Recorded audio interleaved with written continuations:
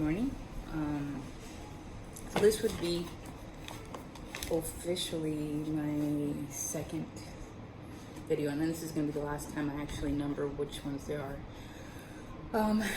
It's Wednesday morning, and that means it's right after poetry night, and last night was amazing. We had some really interesting characters, and a lot of inspiration was roaming through the poet's passage. It was great. I'm exhausted. Not exhausted. I'm happy. I'm tired because I went to bed late last night. Usually on Tuesdays, just carries over beyond midnight, and I just wish sometimes that I wasn't, I don't know, such a homebody, because I just want to go to sleep. I go to sleep early.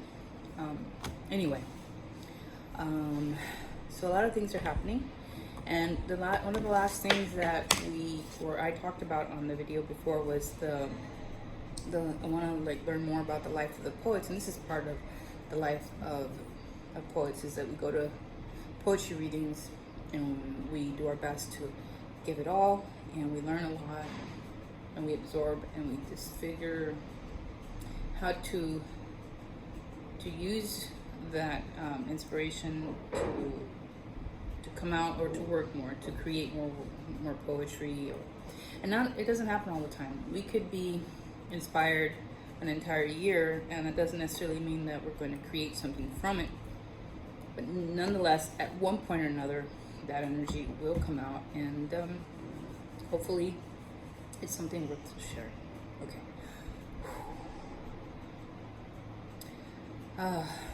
I'm happy. I'm happy because things are working out. They're working out. They're falling into place. I'm learning how to accept the fact that I can't have everything my way. I think that one of the reasons why I'm so adamant on things being my way is because I just have everybody's intentions in the pot, in the melting pot. I want to make everybody not just happy, but provide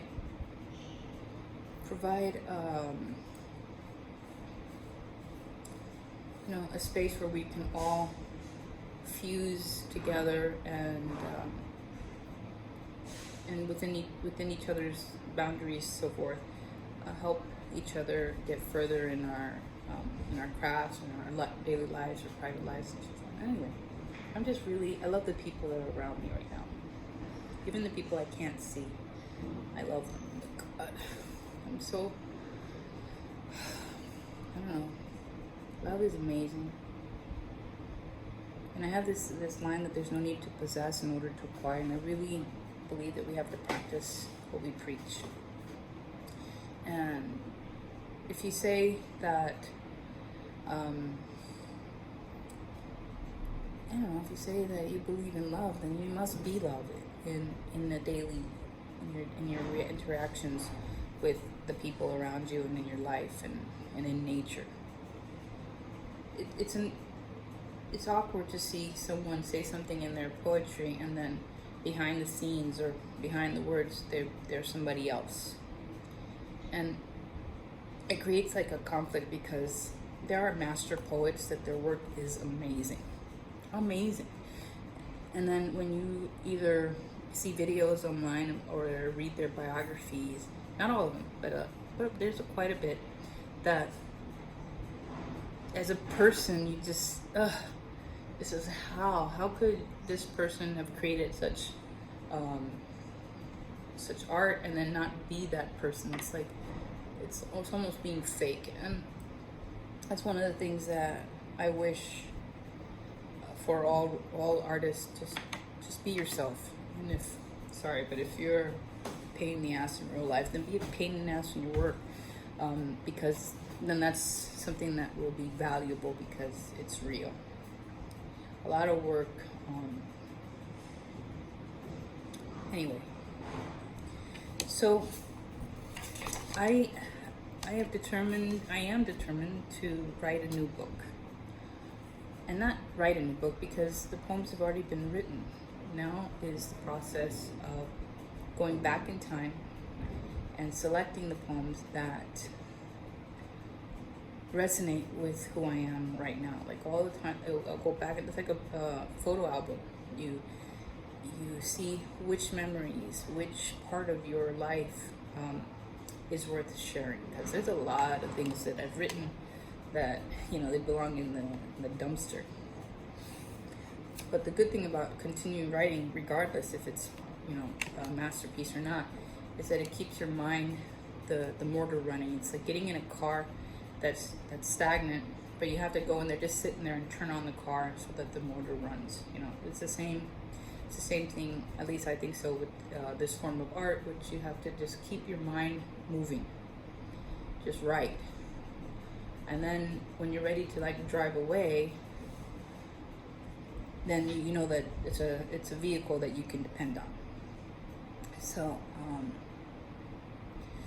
in the next couple of months, I want to say months because I don't have a time zone, because I just basically will do these videos when I actually have a break, and I should be sleeping right now. I should have gone. I take my daughter to school in the morning. I wake up like a zombie, but school's almost over because she's a senior, and she'll be in college soon, and I won't be waking up at the crack of dawn to get her, to help her go to school, and that's going to be great. I can't wait. So then Wednesday mornings I can actually sleep after poetry night. Anyway, I forgot what I was going with all this. Oh yeah, they don't have a time zone. So in the next couple of months, I just invested in, or the Passage, my company just invested in this whole equipment to create a talk show, or just a place where we can meet in privacy and get to know a little better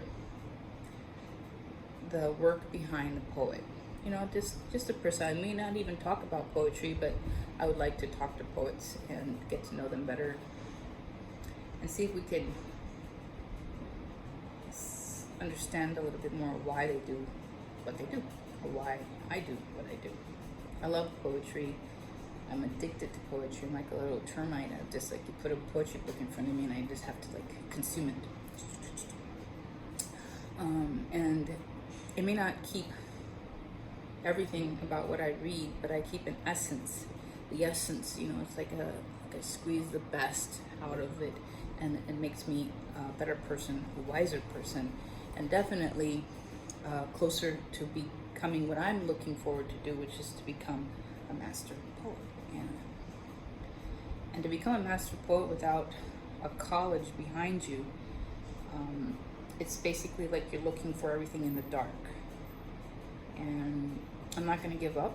I'm going to keep on looking for as much as I can in the dark, and analyze it. You know, everybody will see it in a different light. Well, in the dark hat.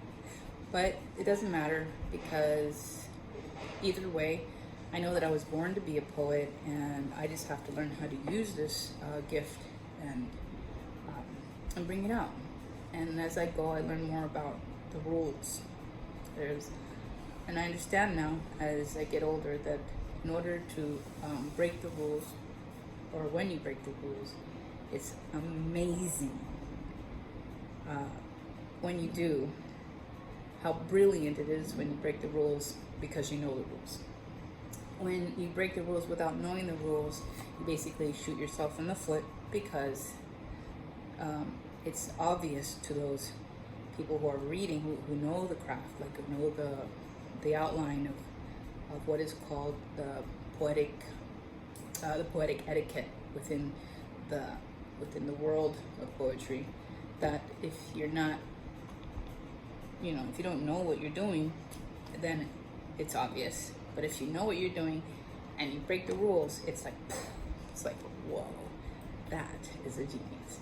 And that's where I want to go. So I'm here with the second video because I feel like too much time has lapsed between the last time I made a video, and I didn't post this to the public, and I have a few subscribers, so I feel like I want to say thank you for subscribing, and let's see where this goes. It might die here because procrastination nation, you know, it depends on on me trying, and that's what I told myself I'm going to try to do this year, is to recharge and to focus and to make sure that all the seeds that I plant this new year grow and bloom and eventually have fruit, and that fruit inspires. So the next couple of videos, I'm going to try to see if I can get some amazing human beings to participate.